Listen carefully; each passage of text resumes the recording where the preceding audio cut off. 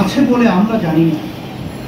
এই সরকার অভিশপ্ত ইসরায়েলিদের অনুকরণে ছাত্র গণজাগরণ দমন করার চেষ্টা করেও চরমভাবে ব্যর্থ হয়। প্রিয় সাংবাদিক বন্ধুগণ, তারপরে ঘটনা প্রবাহ আপনারা জানেন। কারফিউ জারি করে দেশের গৌরব ও অহংকার বিশ্ব শান্তি রক্ষায় অগ্রগতি সেনাবাহিনী মোতায়েন করা হয়। আমরা অবাক বিস্ময় দেখি যে বাহিনী বিশ্বজুড়ে মানুষের শান্তির জন্য নিজেদের জীবন উৎসর্গ করে, সেই বাহিনী বিভিন্ন স্থানে ব্যাংকার বানিয়ে নিজ দেশের নিরস্ত্র নিরীহ মানুষের দিকে রাইফেল তাক করে আছে।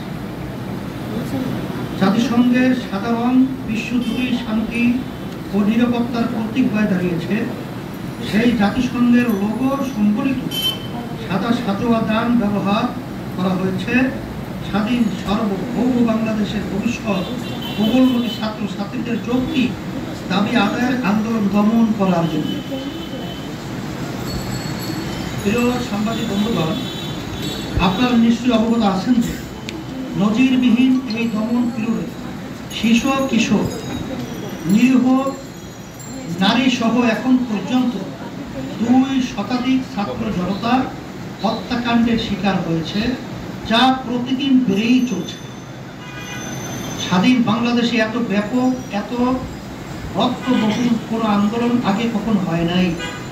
এই আন্দোলন প্রতিহত করতে গিয়ে এই সরকার পোড়া মাটি নীতি গ্রহণ করেছে এবং জনতার উপরে ইসরায়েলি স্টাইলে বর্বর নির্মমতা চালিয়েছে। কোনো সভ্য স্বাধীন দেশের জনতার সাথে এই ধরনের নির্মমতা চালানো যায় না।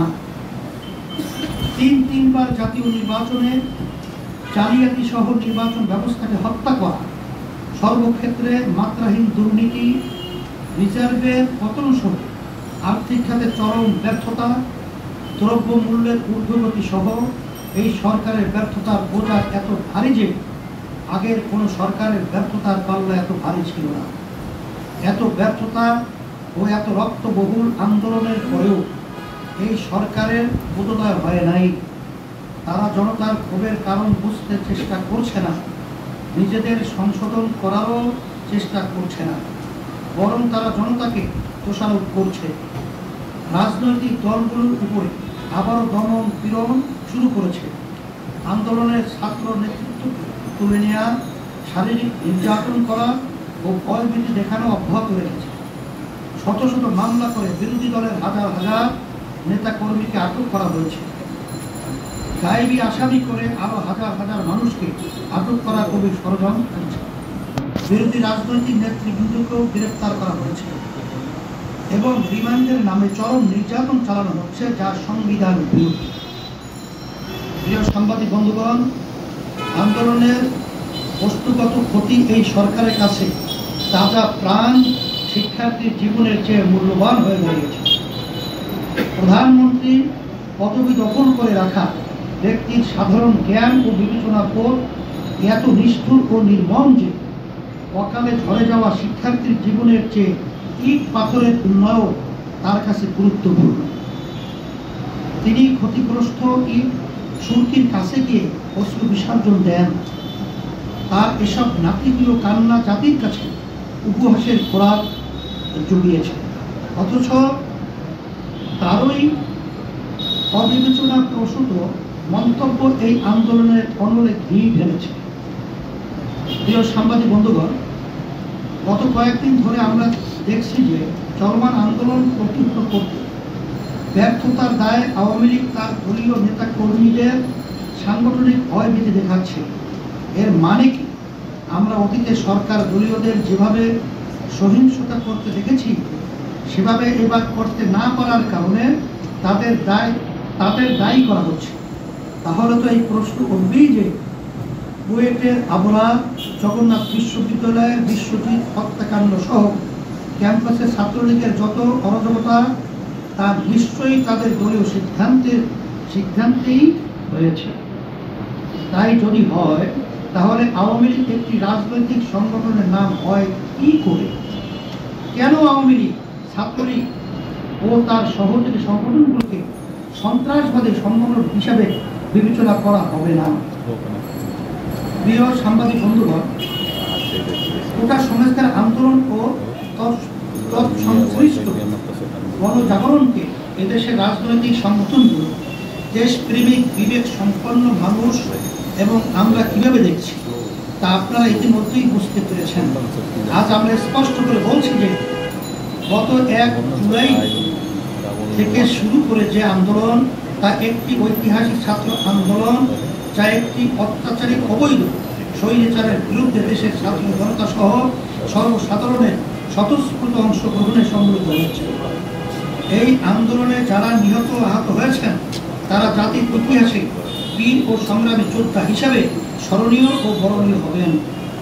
আমরা স্পষ্ট করে জানাতে চাই যে যৌক্তিক অধিকারের দাবিতে শুরু হওয়া একটি ছাত্র আন্দোলনকে এই মাত্রায় নেয়ার সম্পূর্ণ দায় সরকার প্রধান ও তার দলের। ছাত্রদের কোটা সংস্কার সংক্রান্ত যে দাবি সরকার আদালতের মাধ্যমে মেনে নিয়েছেন, এই পদক্ষেপ ছাত্র আন্দোলনের শুরুতেই গ্রহণ করলে এত প্রাণ ক্ষয়, এত হানাহানি কোনো সম্ভাবনাই ছিল না। কিন্তু সরকার প্রধান, দলীয় সাধারণ সম্পাদক কর্তৃক ছাত্রদের অসম্মানজনক অবজ্ঞা ও উস্কানিমূলক কথাবার্তা বলে আন্দোলনকে বিপজ্জনক মাত্রায় নিয়ে গেছেন। এই আন্দোলনে যেভাবে মানুষ হত্যা হয়েছে তা পরিষ্কার গণহত্যা, যার দায় সম্পূর্ণভাবে প্রধানমন্ত্রী পদদখলকারী শেখ হাসিনা, তার মন্ত্রী পরিষদ ও তার দল আওয়ামী লীগকে বহন করতে হবে এবং দেশবাসীর নিকটের জন্য তাদেরকে জবাবদিহি করতে হবে। প্রিয় সাংবাদিক বন্ধুগণ, আমরা দেশের জনপ্রশাসন, আইন শৃঙ্খলা বাহিনী এবং সেনাবাহিনীকে আবারও স্মরণ করিয়ে দিতে চাই যে দল ও ব্যক্তির চেয়ে দেশ বড়। বাংলাদেশ একটি গণপ্রজাতন্ত্রী রাষ্ট্র, জনগণের পরম অভিপ্রায় এই রাষ্ট্র গঠিত।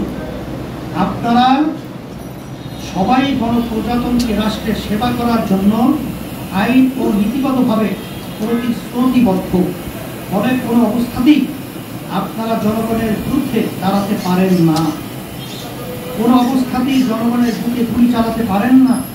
কারণ আপনাদের মনে থাকা উচিত, যে পোশাক পরিধান করে এবং যে অস্ত্র দিয়ে জনতার বুকে গুলি করেছেন তা সেই জনগণের টাকাতেই কেনা। হ্যাঁ, আমরা জানি যে রাষ্ট্রীয় শৃঙ্খলা রক্ষায় আপনারা সরকারের আদেশ মানতে বাধ্য, কিন্তু আপনাদের তো জানা আছে যে এই সরকার জনতার ম্যান্ডেট নিয়ে, ফলে আপনারা যা করেছেন তার যে কোনো বিবেচনাতেই ন্যায়সঙ্গত হয় নাই। প্রিয় সাংবাদিক বন্ধুগণ, আপনাদের মাধ্যমে আমরা এই সরকারকে সতর্ক করে দিতে চাই যে এই সরকার যে গণহত্যা ঘটিয়েছে এবং হাজার হাজার মানুষকে আহত করেছে, তার একমাত্র সমাধান হচ্ছে এই সরকারের পদত্যাগ। তাই বলবো, আপনারা অবিলম্বে পদত্যাগ করুন এবং জাতীয় সরকারের হাতে ক্ষমতা হস্তান্তর করুন। এছাড়া আপনাদের কাছে আর কোনো দাবি নাই, কারণ খুনির কাছে খুনির বিচার চাওয়া যায় না। তারপরেও বলি, সেনাবাহিনীকে দ্রুতই ইরাকে ফিরিয়ে নিন, হত্যাকাণ্ডে যারা সরাসরি জড়িত তাদেরকে চিহ্নিত করে দৃষ্টান্তমূলক শাস্তির ব্যবস্থা করুন।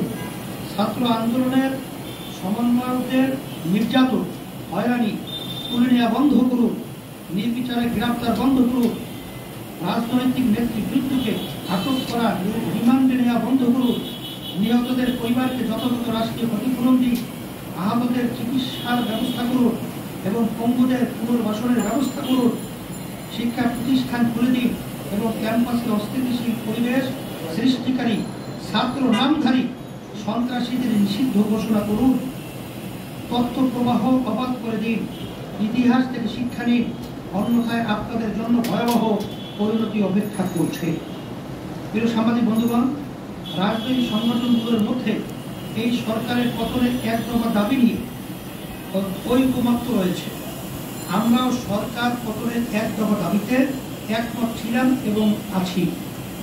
এই জনবিচ্ছিন্ন ব্যর্থ সরকারকে পদত্যাগে বাধ্য করার লক্ষ্যে দেশের সকল রাজনৈতিক দল, বুদ্ধিজীবী ও পেশাজীবী সংগঠন সহ দলমত নির্বিশেষে সর্বস্তরের দেশপ্রেমী জনগণকে একতা গড়ে তোলার আহ্বান করছি। প্রিয় সাংবাদিক বন্ধুগণ, এই ছাত্র গণ আন্দোলনে জাতিসংঘ, আন্তর্জাতিক মানবাধিকার সংস্থা ও বিদেশি অনেক বিবেকবান মানুষ ও মিডিয়া সমর্থন জানিয়েছেন, গণহত্যায় উদ্বেগ জানিয়েছেন, বিবৃতি দিয়েছেন, গণহত্যা বন্ধে আহ্বান জানিয়েছেন। তাদের প্রতি আমাদের কৃতজ্ঞতা জানাচ্ছি। মা সালাম। আলহামদুলিল্লাহ।